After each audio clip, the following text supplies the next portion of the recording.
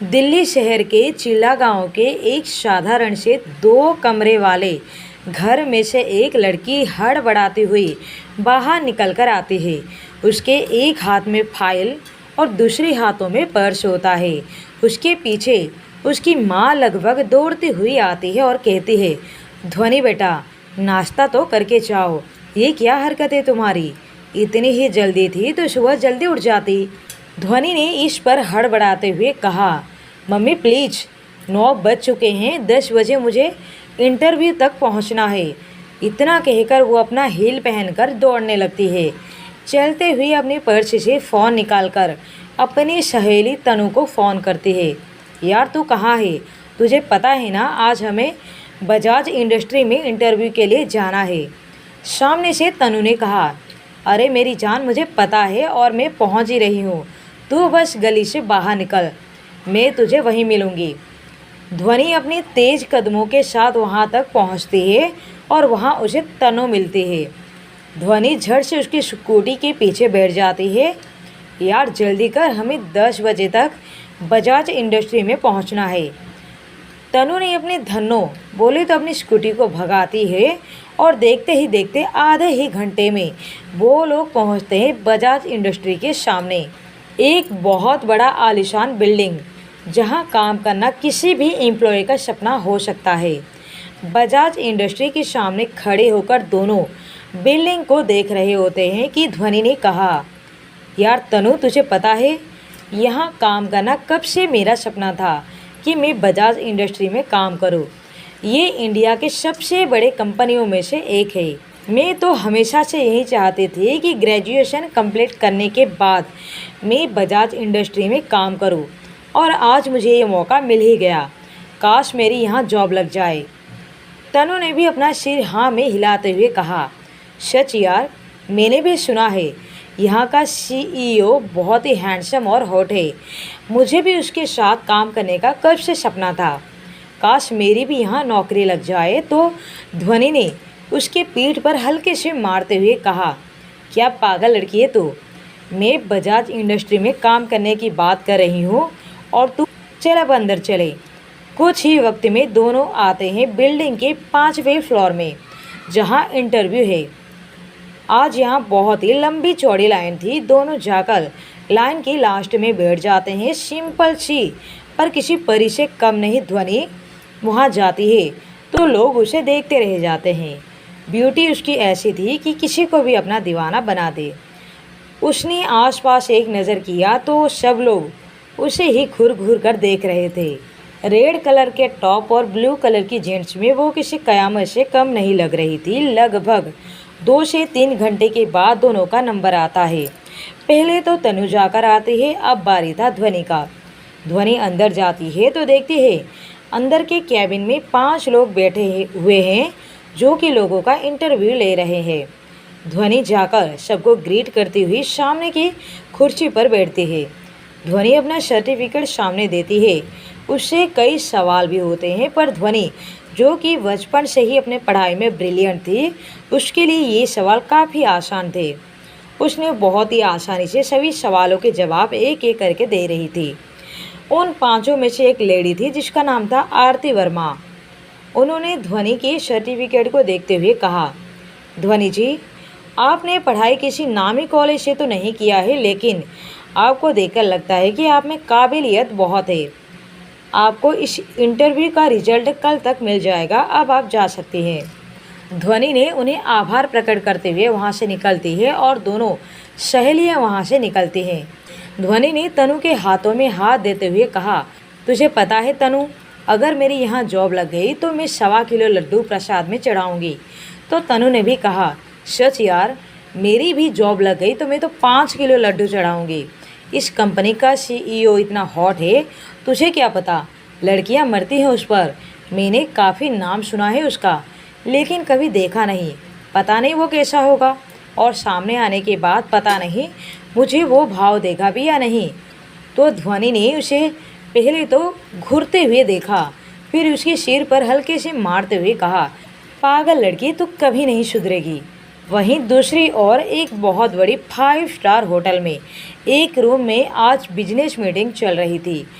माहौल काफ़ी गर्माहट लग रही थी। बड़े से बड़ा बिजनेसमैन यहाँ आया हुआ था, लेकिन उस सब में एक बिजनेसमैन ऐसा भी था जो उन सब से काफ़ी अलग पड़ रहा था। लंबी हाइट, तीखे फीचर, उसके चेहरे पर एक कोल्ड लुक उसे परफेक्ट मैन बना रहा था। उसके चेहरे पर कोई भी एक्सप्रेशन नहीं था। उसे देखकर कोई नहीं बता सकता कि उसके दिमाग में क्या चल रहा है। मीटिंग की पूरा होने के बाद जिस प्रोजेक्ट के लिए ये मीटिंग थी, ये प्रोजेक्ट उस शख्स को मिल जाती है। वहाँ बैठे सभी बिजनेसमैन उसे बारी बारी से हाथ मिलाकर कॉन्ग्रेचुलेट करते हैं। तभी एक आदमी आगे आकर उससे कहता है, मान गए मिस्टर बजाज, जो चीज़ आपको चाहिए होती है आप उसे हासिल करके ही रहते हैं। मिस्टर बजाज ने एटीट्यूड के साथ कहा। हाँ, मानव बजाज ने कभी हारना नहीं सीखा। जो मुझे चाहिए होता है वो मैं हासिल करके ही रहता हूँ। इतना कहकर वो वहाँ से निकलता है और अपने असिस्टेंट के साथ जाकर अपने ब्लैक BMW कार में बैठ जाता है। उसके बैठते ही ड्राइवर ने झट से गाड़ी स्टार्ट कर दी और वो लोग वहाँ से निकल जाते हैं। यहाँ ध्वनि जब बजाज इंडस्ट्री से बाहर निकली तो उसके चेहरे पर एक अलग ही मुस्कान छाई हुई थी। वो वहाँ से झट से सीधा घर पर रवाना हुई, क्योंकि उसे जल्द से जल्द अपनी माँ से मिलना था। उन्हें बताना था कि आज उसका इंटरव्यू कितना अच्छा रहा। ध्वनि की माँ सुजाता जी, जो कि बड़ी ही बेसब्री से उसका इंतज़ार कर रही थी, ध्वनि के आते ही वो जल्दी से उसके पास आई और पूछी, बेटा कैसा रहा तुम्हारा इंटरव्यू? ध्वनि ने अपनी माँ से खुश होते हुए कहा, मम्मी तुम्हें पता है आज मेरा इंटरव्यू काफ़ी अच्छा रहा और इसका रिजल्ट मुझे कल तक पता चल जाएगा। सुजाता जी के घर के हालात कुछ ठीक नहीं थे। ध्वनि के पापा सुरेश जी कई दिनों से बीमार थे और आजकल वो बिस्तर पर ही हैं। सुजाता जी दूसरों के घरों में काम करके अपने घर का गुजारा बहुत ही मुश्किल से कर पाते हैं। ध्वनि ने भी स्कॉलरशिप पर अपनी पढ़ाई पूरी कर पाई है। ध्वनि की बातें सुनकर सुजाता जी ने मुस्कुरा दी और अगले दिन ध्वनि किचन में अपनी मम्मी को कुछ हेल्प कर रही होती है कि तभी उसके पास किसी का कॉल आता है। ध्वनि ने कॉल पिक किया कि सामने से एक लड़की की प्यारी सी आवाज़ आती है। हेलो, क्या मैं मिस ध्वनि से बात कर सकती हूँ? ध्वनि ने नासमझी से पूछा। जी हाँ, आप कौन? तो सामने से उस लेडी ने कहा, कल आप हमारे कंपनी में इंटरव्यू देने आई थी और आप उसमें से सिलेक्ट हो चुके हैं।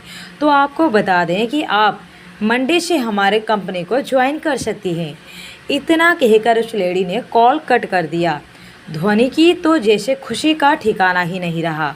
उसने जैसे ही अपनी माँ को अपनी जॉब लगने की बात सुनाई तो सुजाता जी बहुत ही खुश हुई। अब ध्वनि ने अपनी फ्रेंड तनु को ये बात बतानी चाहिए, पर उसे फ़ोन करके पता चला कि नौकरी तो उसे भी लगी है, हालांकि उसकी पोस्ट अलग थी। अब दोनों ने बाहर मिलकर अपनी खुशी को सेलिब्रेट करने की डिसाइड किया। दोनों स्कूटी पर बैठे कहीं जा ही रहे होते हैं कि अचानक से स्कूटी का टक्कर पीछे आ रही एक कार से हो जाती है। वैसे वो दोनों में से किसी को भी चोट तो नहीं आई थी, पर हाँ, ध्वनि उसका गुस्सा जरूर 7वें आसमान पर पहुंच चुका था। उसने अब जाते हुए कार को पीछे से एक पत्थर उठाकर दे मारा। कार रुक गई। कार का ड्राइवर बाहर निकल कर आया। ध्वनि ने गुस्से से कार के ड्राइवर के पास जाते हुए उसे देखते हुए कहा, अंधे हो तो घर पर ही रहा करो, गाड़ी क्यों चलाते हो या फिर चलानी आती ही नहीं? ड्राइवर ने कहा, मैडम गलती मेरी नहीं आपकी है, आपने ध्यान नहीं दिया। दोनों में काफ़ी बहस हो रही थी। अपने ड्राइवर को इतने लंबे समय से किसी से बहस करता देख अब मानव बजाज कार से नीचे उतरा और अपने ड्राइवर से कहा, अंगद क्या हुआ? तो ड्राइवर ने कहा, सर ये मैडम हमें जाने नहीं दे रही है, जबकि गलती तो इनकी ही है। ये स्कूटी ध्यान से नहीं चला रही थी कि तभी तनु बीच में आकर बोल पड़ी, क्या मतलब है कि हमारी गलती है? क्या हमें गाड़ी चलानी नहीं आती? हम दोनों पागल लग रहे तुम्हें? और हमारी ये स्कूटी की जो ये हालत हुई ना, उसके जिम्मेदार तुम हो।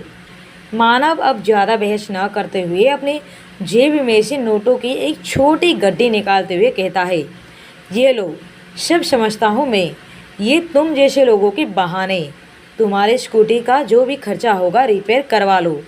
ये कहते हुए मानव ने ध्वनि के हाथों नोटों का एक छोटा सा बंडल पकड़वा दिया। ये देखकर ध्वनि का पारा हाई हो चुका था। उसने गुस्से से तिल मिलाते हुए कहा, आप जैसे लोगों से कोई सॉरी सुनने की उम्मीद कर भी कैसे सकता है। 2 पैसे कमा के लिए बात बात पर लोगों के मुंह पर पैसे फेंकते रहते हैं, पर ये आपके पैसे आप ही रखें, ये अभी आपको ज़रूरत पड़ने वाली है। ध्वनि ने गुस्से में आसपास देख एक बड़ा सा पत्थर उठाया और कार के सामने के शीशे को दे मारा। मानव अभी ये देख गुस्से से दांत पीसने लगा था कि ध्वनि मानव के हाथों उसी का पैसा उसे थमाते हुए बोली, ये लीजिए आपका पैसा, आपकी कार का जो भी डैमेज हुआ है उसे रिपेयर करवा लीजिए। ये कहते हुए उसने मानव के हाथों उसी का पैसा थमा दिया और अपनी जुल्फ़ों को झटकते हुई तनु के साथ वहाँ से अपनी स्कूटी लेकर चली गई। मानव बस दांत पीसता रह गया। वो आखिर करता भी क्या? वैसे किसी लड़की पर हाथ तो नहीं उठा सकता था। ये देख ड्राइवर भी हक्का बक्का सा रह गया। उसने आज तक बड़े से बड़े आदमी को सिर्फ उसके मालिक के सामने झुकते हुए देखा था। ये पहली लड़की थी जो गुस्से से कुछ भी बक कर चली गई। मानव कार के अंदर जा बैठा तो ड्राइवर भी झट से बैठ कार चालू कर दी। कार आगे बढ़ गई, पर मानव के दिमाग में अभी भी वो लड़की जैसे छप सी गई। वो अभी भी उसी के बारे में सोच रहा था। यहाँ ध्वनि मारे खुशी के पागल हो रही थी कि आखिर उसकी जॉब बजाज इंडस्ट्री में लग गई, जो कि उसका सपना था और मंडे से उसे ज्वाइन भी करना था। पर उसे नहीं पता कि अभी अभी जिससे पंगा हुआ है वो बजाज इंडस्ट्री का ही ऑनर है। क्या होगा जब दोनों होंगे आमने सामने। कहानी को आगे जानने के लिए कहानी पर यूं ही बने रहिए। कहानी का ये एपिसोड पढ़कर एक लाइक और एक कमेंट करना बिल्कुल भी ना भूलें। साथ ही अगर आप चैनल पर नए हैं और अभी तक आपने सब्सक्राइब नहीं किया है तो प्लीज़ सब्सक्राइब कर दीजिए।